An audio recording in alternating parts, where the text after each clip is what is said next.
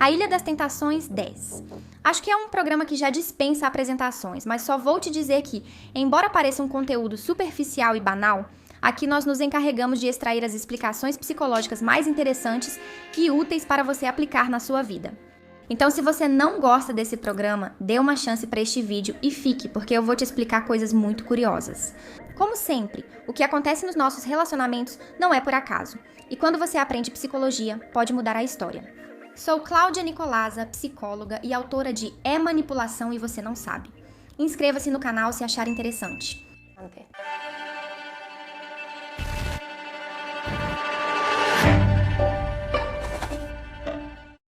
Vamos começar com Ataman e Leila.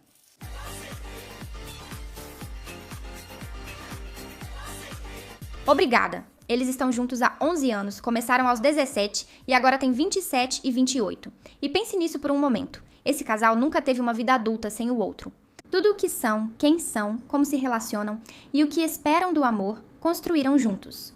E isso, que é muito bonito e muito romântico, por outro lado pode ter um lado B, que na verdade já podemos conhecer muito bem no caso de Dário e Almudena. Acho curioso que, ao perguntarem por que o casal vem à ilha, eles respondem claramente.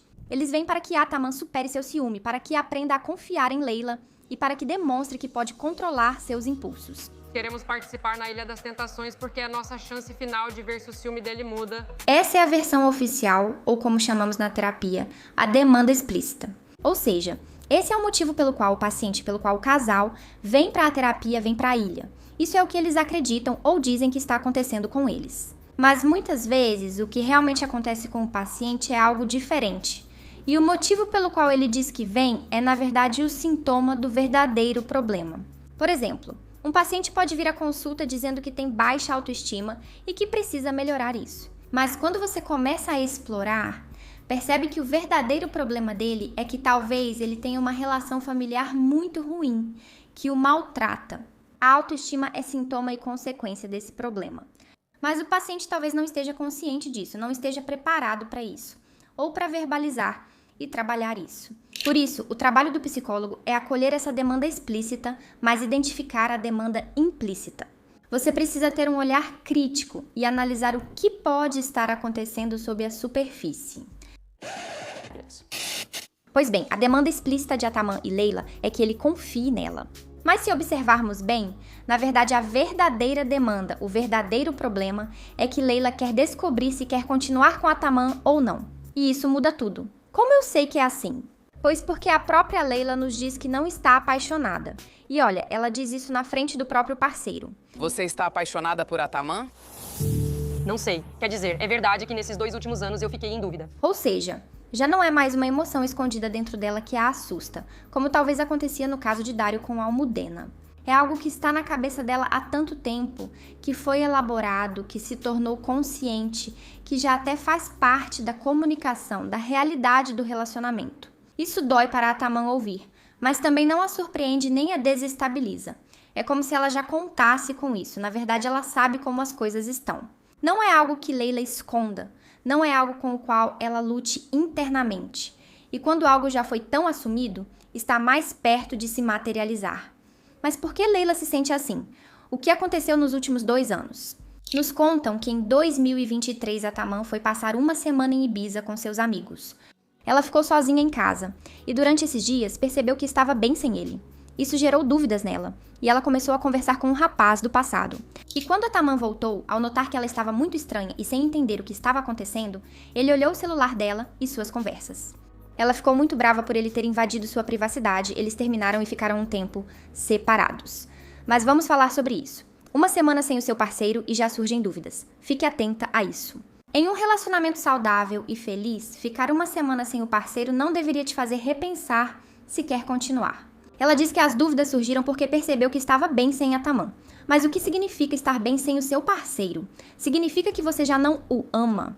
Se você não se sente péssima por ficar uma semana sem o seu parceiro, isso significa que você não precisa dele e que não quer estar com ele? Algumas pessoas são naturalmente mais independentes. Pelo que percebi de Leila, ela parece ter esse perfil. Mas só porque você não morre quando seu parceiro fica uma semana fora, não significa que precise terminar. Nos venderam esse amor romântico falso de que você tem que morrer se ficar um dia sem seu parceiro. Ou que, se você consegue viver sem seu parceiro por perto, é porque não o ama de verdade. Digo isso para que, ao ouvir este vídeo, ninguém se preocupe se estiver tranquilo sem o parceiro ou se o outro estiver bem quando estão separados. Não há problema nisso.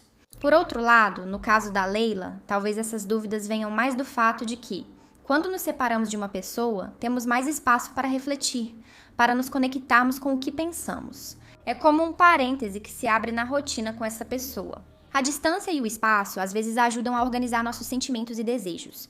E acho que é exatamente isso que Leila vem buscando na ilha, seja de forma consciente ou inconsciente. Ambos dizem que o problema são os ciúmes de Atamã, mas essa narrativa é muito mais aceitável para os dois do que dizer abertamente: viemos ver se eu quero continuar com ele porque eu não estou apaixonada e ele está loucamente apaixonado por mim.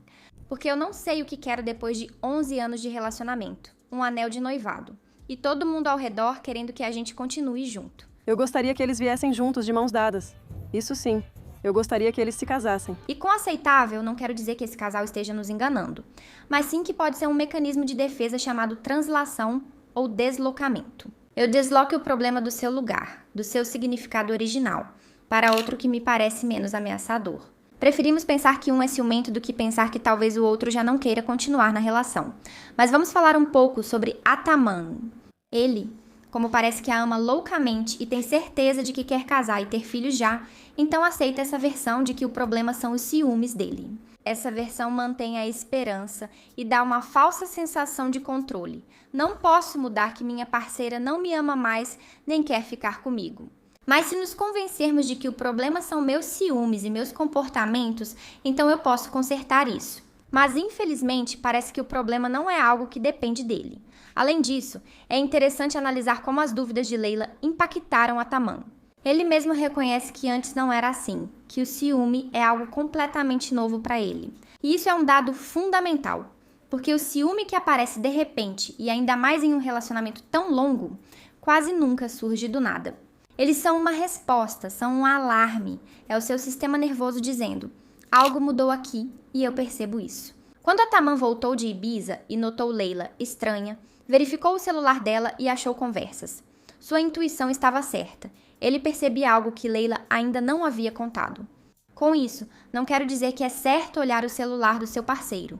Quero dizer que talvez o ciúme que ele ainda sente até hoje também esteja percebendo algo que está acontecendo.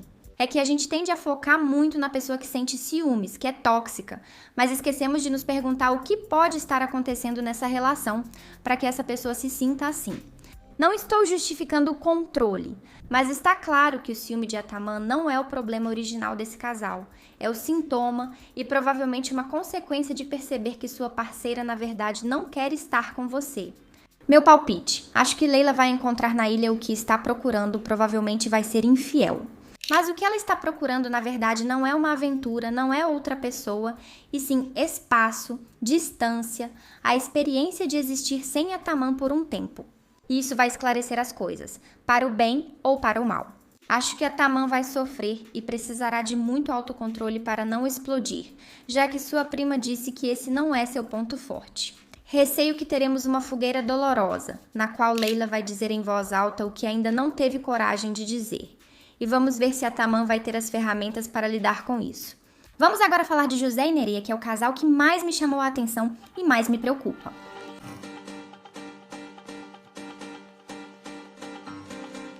Eles namoram há 1 ano, mas se eu contar a história deles, você pensaria que estão juntos há 10. E é que tem casais que em 1 ano vivem mais drama, mais traição, mais término e mais reconciliações do que outros em toda uma vida. Mas isso não é o pior. O pior é que eles confundem toda essa quantidade de drama com a pureza e o valor do amor deles. Enfrentamos muitos desafios, mas lutamos para chegar onde estamos hoje. Eles dizem: nosso relacionamento não é perfeito, mas é autêntico. O relacionamento não foi perfeito, mas foi real. Como gostamos de nos enganar colocando palavras bonitas naquilo que não queremos nomear nem enxergar. Nós nos conhecemos em um reality show. Eles se conheceram em um reality show e já sabemos que não é qualquer um que vai para um reality. E isso já nos dá certa informação sobre a personalidade deles. Mas o que nos interessa é o que acontece depois que saem. Eles ficaram juntos por 6 meses, tudo aparentemente perfeito, mas de repente José surta e termina.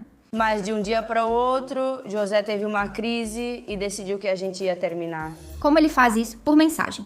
Ele terminou comigo por mensagem. Ele justificou que agiu assim por se expressar melhor, não por covardia. Fiz isso não por covardia, mas porque me expresso melhor escrevendo do que falando. E como curiosidade, muitas vezes, quando alguém precisa esclarecer algo que não foi dito ou não foi perguntado, provavelmente você está diante de uma confissão e a verdade seja justamente aquilo que está sendo negado. O importante é entender o pano de fundo desse comportamento, pois é um padrão recorrente.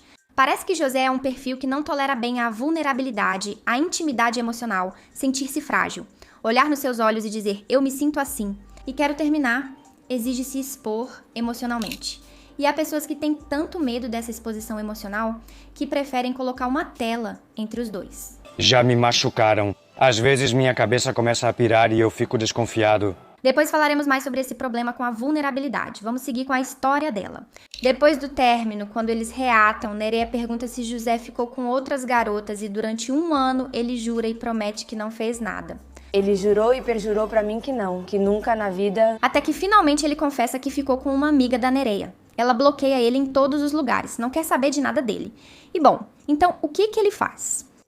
Dormir de novo com essa amiga. Isso que à primeira vista pode parecer absurdo, na verdade tem um mecanismo muito claro a nível psicológico e que eu suspeito que na ilha pode se repetir. Estou cansada dele sempre ter dúvidas e me deixar de um dia pro outro, a gente já tem idade pra isso. Olha, é um mecanismo em que ambos participam, porque Nereia, por sua vez, também não fica parada. Quando José vai trabalhar em Israel como segurança, quase sem se despedir dela, nem perguntar se ela acha bom, ela se sente abandonada. E guarde essa palavra, abandonada. Como Nereia lida com esse sentimento de abandono? Bem, eu fiquei com um dos amigos dele, dormi com ele. Então ela dorme com um amigo do José, e além disso, faz isso conscientemente como uma forma de punição. E um pouco por vingança. Ou seja, o que está por trás desse ato não é desejo, é raiva, é dor. É uma mensagem muito primitiva que diz, se você me abandonar, eu também tenho poder para te machucar. Este é um exemplo do que chamamos de agressão reativa. É comum em quem enfrenta o medo do abandono atacando, típico de personalidades limítrofes, mas que todos também já podem ter feito. Isso te parece familiar? Alguma vez você já fez algo não porque realmente queria, mas para tentar recuperar o poder na relação? É como uma forma falsa ou imatura de tentar se empoderar e se engrandecer diante do outro.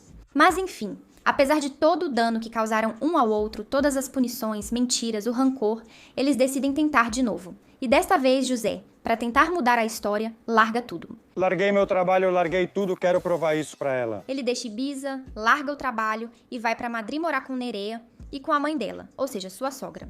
E isso é interessante porque muitas vezes o evitativo, que claramente José parece ser, faz um gesto enorme, um grande sacrifício, mas faz isso justamente quando está prestes a perder esse vínculo. Parece que é ele quem não precisa, quem se afasta, quem sabota, e geralmente é assim mesmo. Ele largou tudo por mim, eu apostei nele. Mas justamente no último momento ele faz algo drástico. Por quê? Porque mesmo que ele não expresse isso de forma explícita, como faz o ansioso, ele também tem medo de ser abandonado. Você tem medo de que eu só queira algo passageiro, e eu tenho mais medo ainda de que você tenha uma conexão verdadeira. Eu continuo pensando que, se você tiver uma conexão real, é porque não está apaixonada por mim, e pronto. Só que ele esconde isso muito melhor do que o ansioso, ou lida com isso muito pior.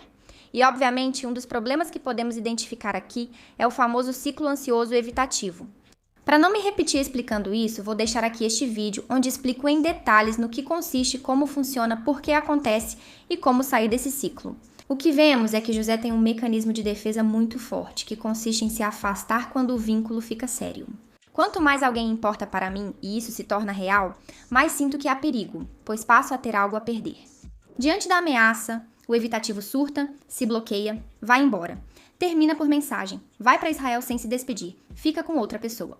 Não por ser uma má pessoa, embora eu tenha notado em José alguns comportamentos alarmantes, mas porque seu sistema nervoso vê a intimidade como ameaça. Por outro lado, Nereia, a ansiosa, quando vê José pouco acessível, fica ainda mais ativada. Precisa de mais atenção, mais validação, mais presença. Você sabe que quando fico bravo, travo, certo? Tudo bem, amor, mas precisava ver algo seu hoje para ir embora tranquila, pois sofri com isso. Dário e Almudena também nos mostraram esse ciclo, mas claro, em uma intensidade bem menor. No caso de José e Nereia, são perfis muito mais impulsivos, intensos, se desregulam facilmente, Porque ele está falando comigo. Então não fale com ele. Então eu não falo com ele. atacam ao menor sinal. Que porra você está fazendo falando com aquela loira de merda? Dá pra me explicar? Muita tendência à raiva.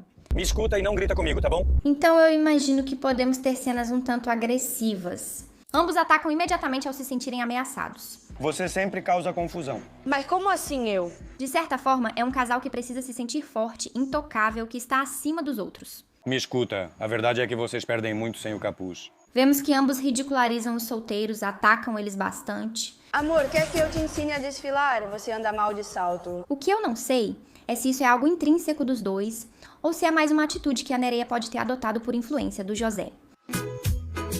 E esse peito de pau aí? E tem uma cena que me chamou muito a atenção logo no começo do programa. Quando as tentadoras aparecem e a Nereia chora, o José diz: Pare de chorar, deixa eles estiverem fora. E ao mesmo tempo, ele levanta o queixo, estufa o peito, olha fixamente para os solteiros como se fosse um predador, mostrando que ele não se sente ameaçado por ninguém. Você tem que nascer de novo. Nascer de novo para ser como eu. Mas mesmo que alguém tente parecer forte, o que realmente demonstra força é justamente permitir-se mostrar vulnerabilidade. Nereia diz que José tem muita dificuldade em chorar, que é difícil para ele deixar que o vejam vulnerável. Porque José não gosta de chorar ou ser visto chorando na frente dos outros. E justamente isso, em termos psicológicos, nos fala de fragilidade. Me pergunto se talvez José projetou em Nereia esse medo da vulnerabilidade. Porque muitas vezes as mensagens que damos aos outros são justamente aquelas que nós mesmos queremos ouvir. Tem outra cena interessante na gala dos solteiros, quando eles se apresentam. José enfrenta um garoto, ou vários, em voz alta, em pé, peito estufado, ocupando espaço. E Nereia sai correndo para defendê-lo. Ataca os garotos. Você é quem não tem nada. Não mexam com meu namorado, senão fico louca. Quem realmente precisava de proteção ali? O segurança que trabalha em Israel ou o homem que não pode mostrar que tem medo? Essa necessidade de mostrar que nada o afeta pode ser uma armadura que, quando é usada por tanto tempo, talvez a pessoa nem saiba mais o que existe por baixo dela. Como eu dizia, vi algumas atitudes que me deixaram um pouco alarmada nesse casal. Nereia parece estar muito desregulada emocionalmente. Não a vejo forte nem estável psicologicamente. E eu tenho medo de me desestabilizar um pouco. Ela reage de forma exagerada facilmente, está em um estado constante de ansiedade. O que ela está fazendo? Mas o que ela está fazendo ficando com alguém assim? Em um momento, ela pode reagir com choro intenso, em outro com agressividade e ataques. E o tempo todo parece ansiosa, tentando evitar que José fique bravo com ela. Você já tem minha cruz, né? Não vou falar com eles porque eles te desrespeitam. Como se estivesse tentando demonstrar lealdade total, que ela está à altura dele, que vai se comportar bem. E bom, da parte de José. Que vergonha. Isso é uma mulher, não você.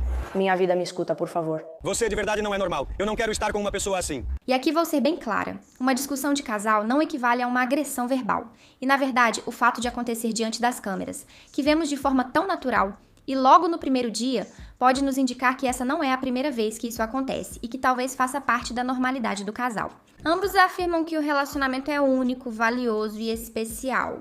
Mas nós lutamos muito para estarmos hoje como estamos. Falam sobre seus conflitos como se o sofrimento compartilhado e a luta fossem sinônimo de quão real é o amor deles. E essa é uma armadilha perigosa na qual caímos muito nos relacionamentos. Sentir que quanto mais você sofreu por algo, mais valioso isso parece. Acreditar que se você teve que lutar pelo seu relacionamento e que, apesar de tudo, ainda está lá, então é porque realmente vale a pena, não é? Isso acontece porque sua mente tenta justificar, racionalizar, que esse sofrimento faz sentido, que serve para alguma coisa. É uma racionalização para poder continuar em um lugar que te faz mal. Com certeza, um relacionamento, ainda mais de apenas 1 ano, não precisa de tanta luta. Um relacionamento saudável de 1 ano ainda deveria estar naquela fase de descoberta, de alegria, de construção, não de sobrevivência e de agonia. Se no primeiro ano vocês já passaram por uma separação, traições, infidelidades, punições, rancores, a pergunta não deveria ser: o quanto realmente importa para nós aquilo pelo que estamos lutando tanto? A pergunta, na verdade, deveria ser: o que estamos buscando ao viver assim? E aqui entra a mãe da Nereia, que mora com o casal. Ela brinca dizendo que, Se fizer algo, depois vai ter que voltar para a casa dela.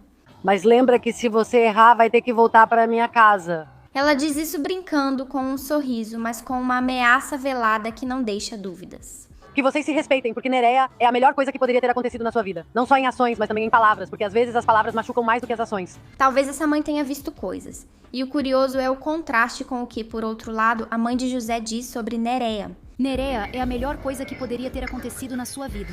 Duas mães, duas visões opostas da relação. Vou dar meu palpite, pois ainda precisamos falar dos outros casais. Suspeito que José pode sentir atração por alguma das tentadoras. Isso pode desestabilizar muito a Nereia. Acho que ela pode sofrer bastante. Não sei como ela vai reagir, se com aquela vingança de se envolver com outro homem, como quando José foi para Israel. Isso pode levar à escalada de conflito, infidelidade e ruptura.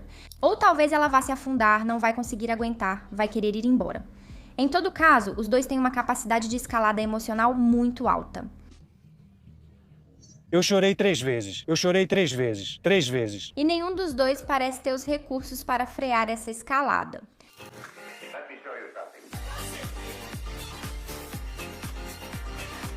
Christian e Mar estão juntos há 4 anos, têm 29 e 24 anos. E vieram para a ilha porque ele é ciumento e porque Mar precisa que ele a reconquiste. Acho que ele precisa me reconquistar de novo. Dizem que estão estagnados, que ele não tem mais esses cuidados e não está mais atento. Sinto que ele não me escuta e nem está presente quando falo com ele. Bom, vamos ver a história deles, porque pode ser que aí tenha informações interessantes. Na noite em que Christian conheceu Mar, ele ficou com 2 amigas dela e depois com a Mar. E eu fiquei com 2 amigas dela. No dia seguinte, Mar descobriu e ficou meses sem falar com ele, até que ela mesma voltou, pedindo desculpas por ter exagerado. Ela voltou a falar comigo, pediu desculpas por ter se afastado e disse que não foi minha culpa. Eles tentaram e, segundo ela, Christian mostrou que valia a pena apostar nele. Me pergunto se isso já pode ter estabelecido algumas bases.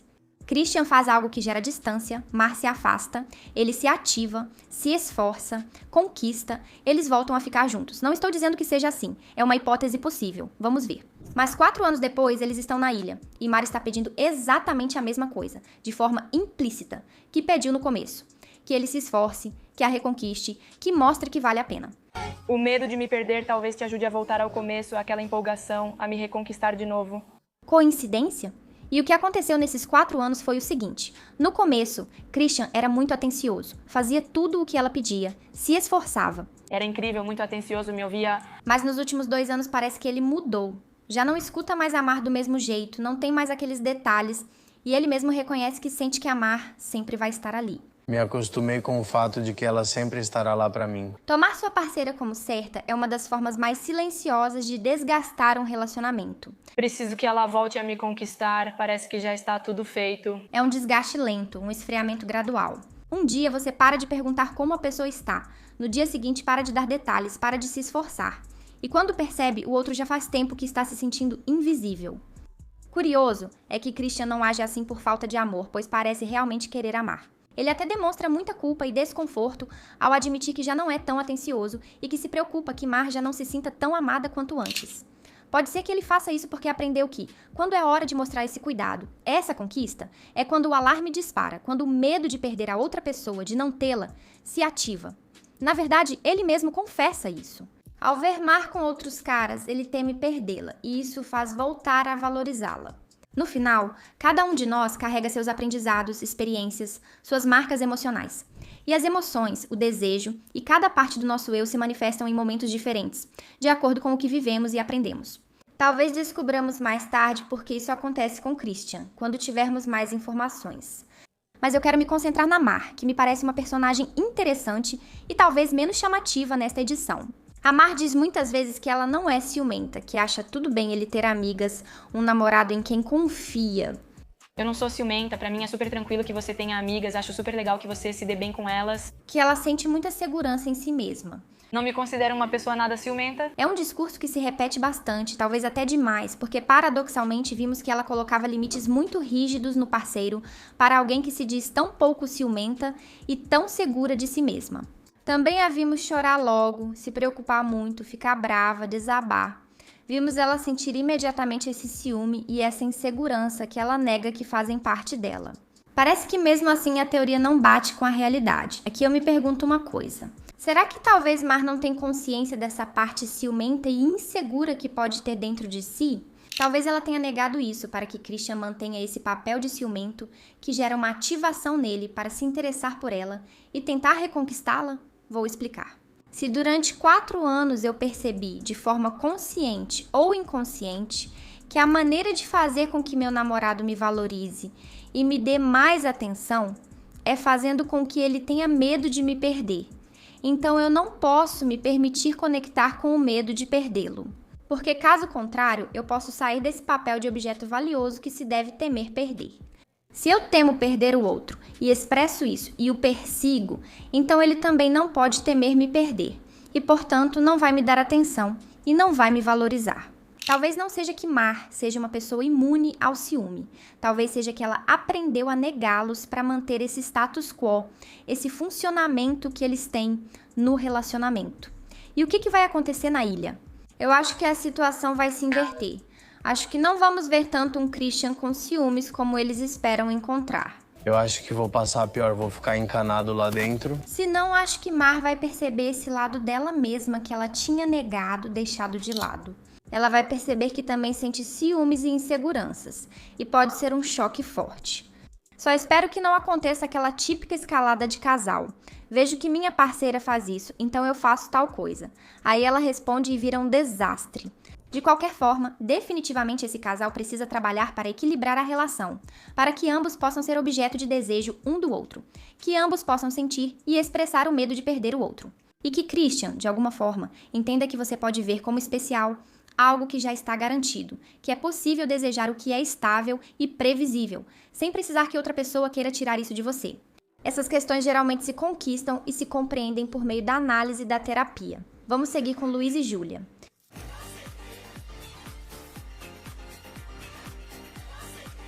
Atenção, esse casal tem uma pegadinha. Parece uma coisa, mas o problema está em outro lugar. Vou te contar. Luiz é retratado como cafajeste, conquistador, infiel em todos os relacionamentos e festeiro. Eu cuidei desse relacionamento. Nas outras duas, sim, eu fui infiel. Com Júlia, por enquanto, estou sendo um anjo. Ele trabalha como modelo, já foi Mr. Valência, segundo lugar no Mr. Espanha. Olha, eu me considero um cara bonito, eu sou um cara que chama a atenção, eu sei disso. Reconheço que sou mulherengo, que sou um cara muito sociável, que gosta de brincar, que gosta de me divertir. Vamos lá, parece que ele vai ser o primeiro a cair na ilha. Depois, nos apresentam a Júlia como alguém ciumenta, com inseguranças, que sofreu porque Luiz vive nesse meio. Eu tive inseguranças de ciúmes, eu me sentia invisível e ao redor dele havia muitas garotas. A princípio, pode parecer que o problema desse casal é o clássico combo de um membro que dá motivos para o outro sentir ciúmes, mas um membro que é inseguro, controlador e que reage de forma exagerada. Chorei muito e passei por muita coisa este ano. Não confio totalmente no Luiz e continuo com dúvidas. Confesso que pensei assim no início por causa da apresentação dela. Novamente, não devemos nos deixar levar pelo que dizem logo de cara. Ao chegarem na ilha, observei o comportamento deles e, principalmente, como interagiam. Notei que o problema era outro. Ou pode ser, pois me baseio apenas em alguns minutos do programa. Mas acho que o problema é a invalidação emocional. Vou explicar.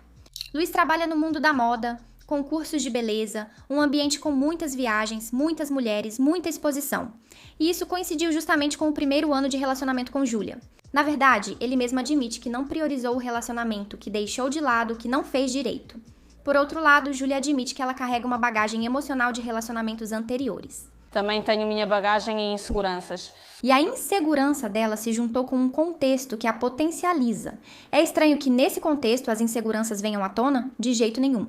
Ela reconhece essa interação. Sei que tenho minhas questões e que o contexto as potencializa. Ela tem consciência disso. Analisa, comunica e reconhece. Confiança é coisa da minha cabeça e você sabe disso, me conhece. Ela não acusa Luiz de forma direta e cega, externalizando todo o problema e colocando nele toda a carga e culpa. Talvez ajude o fato de Júlia ser estudante de psicologia.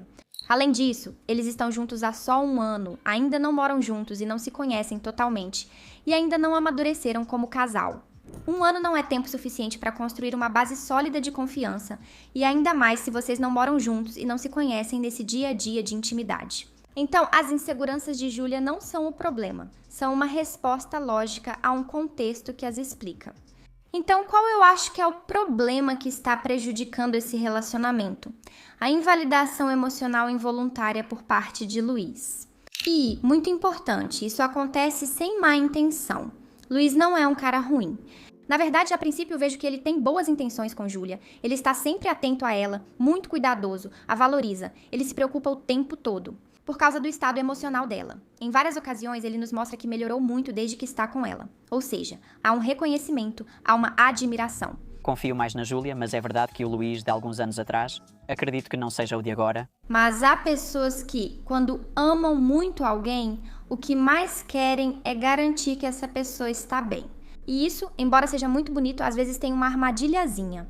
Uma armadilhazinha que muitas pessoas, principalmente os homens, precisam aprender a lidar. Porque quando seu parceiro está mal e seu objetivo principal é que ele pare de se sentir assim, o que você pode acabar fazendo, sem querer, é não permitir que ele fique mal. Prometemos ficar bem um com o outro pelo tempo que nos restava. E não permitir que alguém fique mal é uma forma de mostrar para essa pessoa que o sofrimento dela não é importante. Prometemos isso e prometemos nos entender caso estivéssemos mal. É uma forma de dizer que o sofrimento da pessoa é um problema. Essa invalidação impede que os sentimentos sejam expressos, elaborados e liberados. Também pode gerar um sentimento de solidão na pessoa, de se sentir incompreendida, de não se sentir aceita de forma incondicional.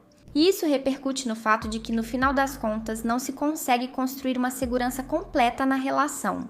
Pode ser que Luiz, na verdade, não esteja fazendo nada para despertar insegurança em Júlia. Mas por causa do seu histórico afetivo e pelo contexto, inseguranças são ativadas em Júlia. Essas inseguranças preocupam tanto Luiz que ele as apazigua, as invalida. E, portanto, essas inseguranças não podem ser trabalhadas em casal e não é possível construir confiança. Resultado, Júlia continua se sentindo insegura nesse vínculo. Para você me entender melhor, isso fica claro numa cena em que eles escolhem o encontro dos solteiros. Luiz percebe Júlia estranha e vê que ela não está bem, ficando estressado e angustiado. Mas não é um estresse agressivo negativo de cala a boca, você está me incomodando, ou para de se sentir mal. Ele fica estressado no sentido de que vê a relação ameaçada, de vejo que a pessoa que eu amo não está bem, isso me preocupa, me angustia, preciso fazer algo agora para resolver porque não consigo suportar ver quem eu amo mal. Eu não fiz absolutamente nada e eu não sei o que está acontecendo. Júlia tenta explicar para ele que simplesmente é normal, eles estão na Ilha das Tentações, é algo difícil psicologicamente, que é normal ela não estar bem, estar estranha e que ela só precisa passar por isso. Ela diz que ele precisa entender que ela não está mal por capricho, apenas quer que a deixe ficar mal e elaborar isso, e que ele a compreenda. Não consigo vê-la sofrer. Surgem medos, e ainda mais em uma experiência como essa, pelo amor de Deus. Mas que medos você teve se eu não fiz nada? Não importa, Luiz, a experiência é muito intensa, cara. Ele, no entanto, se sente impotente, frustrado, chora, não entende por que não consegue resolver isso. Ele não consegue suportar vê-la mal, e isso é muito bonito como intenção, mas sem querer vemos que ele começa a invalidar os sentimentos de Júlia, e é aí que o problema aparece. Eu não fiz nada, não faz sentido você estar assim, por que você está desse jeito, assim não vai dar certo pra gente, o que houve com você, eu não entendo, não te reconheço. Provavelmente essa cena representa, em menor escala, o que acontece na relação deles. É normal que Júlia sinta insegurança, e em vez de essa insegurança ser aceita, validada e acolhida, pode ser que ela tenha recebido invalidação, que, embora bem intencionada, é percebida como julgamento e gera insegurança na relação, o que é um ciclo que vai se agravando. Agora, o meu veredito. Eu acho que esse é um casal que tem potencial. Vejo que ambos têm um bom coração, vejo boas intenções um com o outro, vejo sentimentos bonitos. Mas eles ainda estão um pouco imaturos, com uma base pouco sólida, e me preocupa que a magia da ilha acabe levando esse potencial embora. Não sei se vai haver infidelidade, suspeito que talvez Luiz, pelas suas tendências, acabe se aproximando demais do fogo, da tentação. Sinceramente, não vejo Júlia sendo infiel, vejo ela bastante reflexiva, talvez até um pouco introvertida. Ela não tem esse charme e essa vontade de agradar que o Luiz tem. Mas eu vejo ela terminando o relacionamento se perceber coisas no Luiz que não gosta. De qualquer forma, Luiz e Júlia precisam de duas coisas muito específicas. Primeiro, vivência, para se conhecerem melhor e para construir uma base mais sólida. E segundo, que o Luiz consiga ficar com o desconforto da Júlia sem precisar apagá-lo. E que a Júlia possa expressar o que sente sem precisar justificar que tem direito de sentir isso. Isso seria um casal que funcionaria. Temo que a ilha, em vez de ajudar, acabe corroendo esses processos. Ainda assim, não descarto uma reconciliação após saírem. Agora, vamos finalizar com Alex e Ainhoa.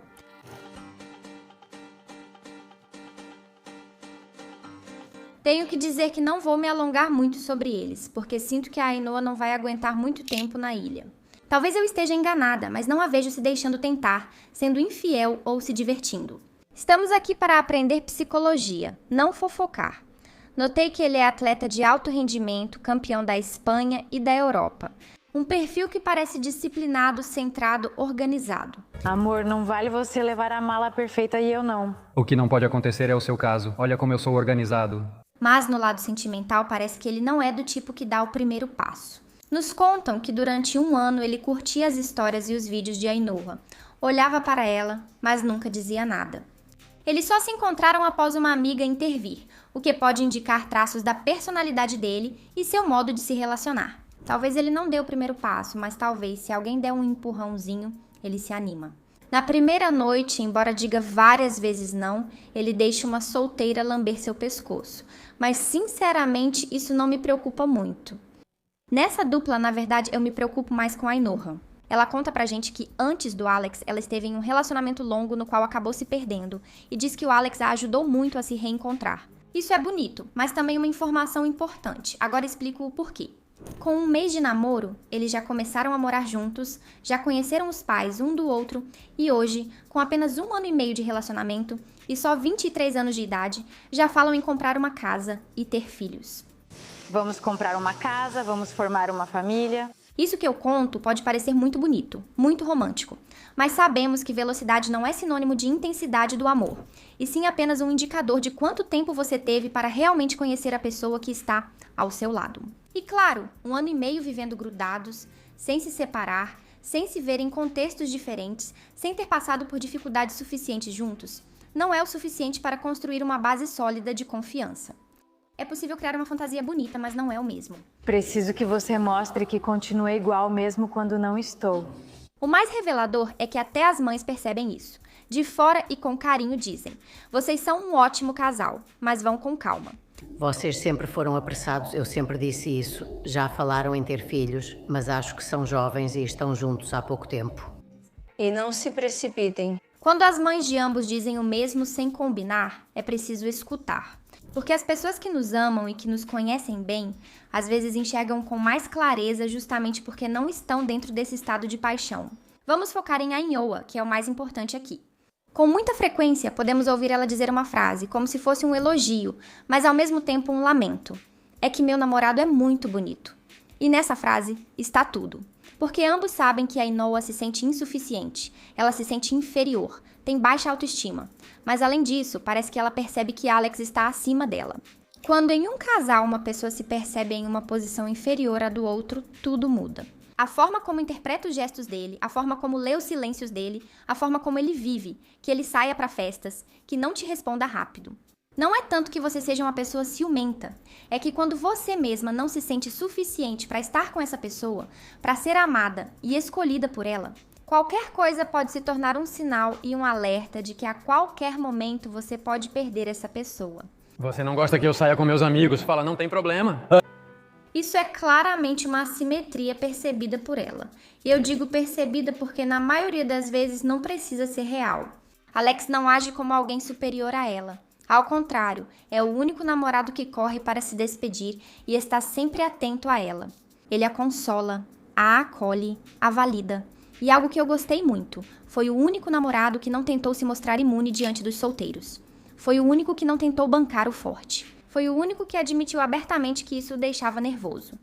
Bom, eu fiquei um pouco nervoso porque eu nunca vi a Ainhoa com outros caras. Alex não aparenta ser alguém que busca se sentir superior à parceira. Parece a princípio que é um garoto que ama sua namorada com honestidade e vulnerabilidade. E que, apesar da sua idade, tem a maturidade de reconhecer isso. Sim, talvez ele possa ser um pouco influenciável dentro da casa, em um contexto de televisão com pessoas mais velhas. Quem sabe? Mas eu vi boas intenções e boas atitudes dele em relação a ela, assim como dela em relação a ele. Sempre vi validação, respeito e reconhecimento. Eles não interpretam negativamente o comportamento ou as intenções um do outro. A princípio, pelo que vejo desse relacionamento, parece que, além da pressa e da pouca base sólida que eles têm, o problema é algo interno da Ainhoa. Mas a verdade é que eu vejo nela muita capacidade de melhorar. Então, depois de ver aquela imagem na primeira noite, e eu aposto 5 euros que o programa pressionou de alguma forma para que a Ainhoa visse aquilo do Alex e desmoronasse, ela mesma conseguiu se recompor. Vejo muita capacidade de resiliência na Ainhoa. No entanto, já sabemos que a ilha é uma tortura psicológica e temo que não vamos ver muito mais desse casal. Em todo caso, o aprendizado para você é este. Os ciúmes mais difíceis de lidar não são os que vêm do que sua parceira faz, mas sim do que você pensa sobre si mesma. Porque esses não se resolvem com mais demonstrações de amor, com mais mensagens, com mais provas. Eles se resolvem com trabalho interno, trabalhando a relação que você tem consigo mesma. Algo que nenhum parceiro, por melhor que seja, vai poder fazer por você. Claro, um parceiro que te dá segurança, que te apoia, que te enxerga, que é fiel a você, ajuda muito a começar a se amar ainda mais. Sua relação consigo mesma é, em grande parte, resultado de como os outros te tratam. Mas isso não basta. Sua relação interna também afeta seu parceiro. Essa foi minha análise e previsões, baseadas em um par de capítulos. Ainda falta muita informação, mas aguardo seus comentários e observações. Nos vemos no próximo vídeo. Tchau!